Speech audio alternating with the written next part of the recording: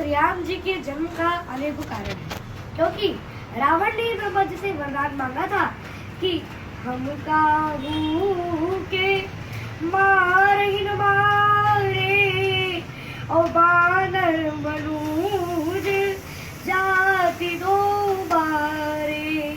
मतलब कि हम किसी के मारने से नहीं मरे, हमारी मृत्यु केवल बंदर और मनुष्य के हाथों से है। जब ब्रह्मा जी ने वस्तु कह दिए तो रावण मन ही मन मुस्कुराया कि बंदर और मनुष्य को तो मेरे राक्षस सेना ऐसे ही खा जाएगी। इसलिए भगवान श्री हरि को अवतार धारण कर एक रावण ही नहीं कारण रहा था आंदोलन का, एक पत्थर की शिला, कुछ मेल भी तो थे प्रत्यक्ष। बूंद कौशल्या की सुनी और आंखें थी बरसती, बूंद कौशल्या की सुनी और आंखें थी बरसती, एक युग से रह रही थी बाहर दशरथ की तरसती।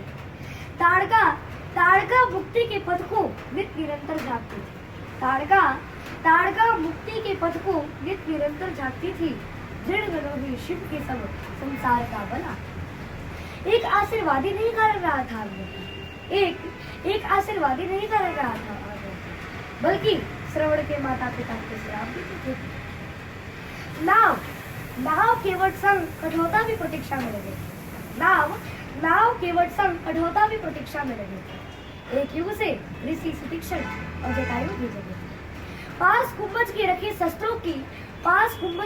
शस्त्रों की होनी थी परीक्षा, स्वर्ग को भी त्याग कर ऋषि सर्वभंग में की थी परीक्षा। एक दंडक ही नहीं कारण रहा था आगमन, एक दंडक ही नहीं कारण रहा था आगमन, बल्कि अस्थियों के ढेर पर्वत से लगे भी तो थे प्रत्यक्ष। रामपथ कब तक भला हनुमान को यूं देख रहा था, रामपथ कब तक भला हनुमान को यूं देख रहा था, और अस्थियों को दुम्बी की योजनों तक थी। भाग्य भी सुग्रीव का वन से महल को मोड़ा था, भाग्य भी सुग्रीव का वन से महल को मोड़ा था, और सागर का अहंकार भी तो राम को ही तोड़ा था। एक जनक नंदिनी ही नहीं कारण रही थी आगमन का, एक जनक नंदिनी ही नहीं कारण रही थी आगमन का, बल्कि दम्भ लंका की तपस्या थी विभीषण की प्रतीक्षा। अवतारादि संख्या हरे सत्व निधे द्विजा, यथा विदासिनः कुल्या सरसः स्युः सहस्रशः। अर्थात हे ब्राह्मणों, जिस प्रकार से अक्षय जल के स्रोत से हजारों झरने या नाले होते हैं, वैसे ही भगवान के असंख्य अवतार होते हैं।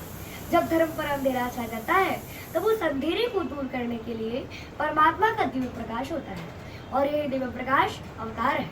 अतः जन्माष्टमी रामनवमी में भी घोर अंधकार में दिव्य प्रकाश बढ़ता है। रामचरितमानस में भी बात कही गई है कि नाना भांति राम अवतारा और रामायण सत कोटि अपार। जय जय श्री राम।